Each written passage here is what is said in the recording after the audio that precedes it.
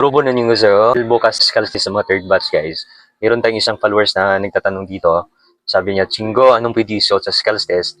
Pwede ba maong pants at saka polo? So guys, una, ang skills test ay isang formal scenario. So mayroong interview doon.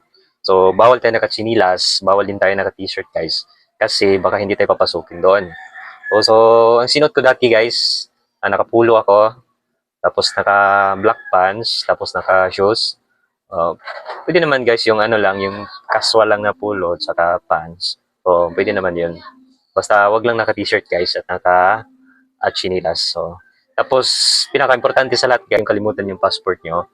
Kasi yan yung unang-unang i-check nila guys. Hindi kayo papasukin doon pag hindi nyo nadala yung passport nyo.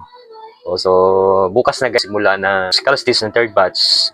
November 30 to December 1.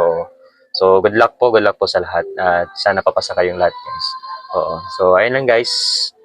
Guys, sir, sana nasagot yung tanong mo. At good luck sa skills test po. Oo. Yan lang po. Anyong.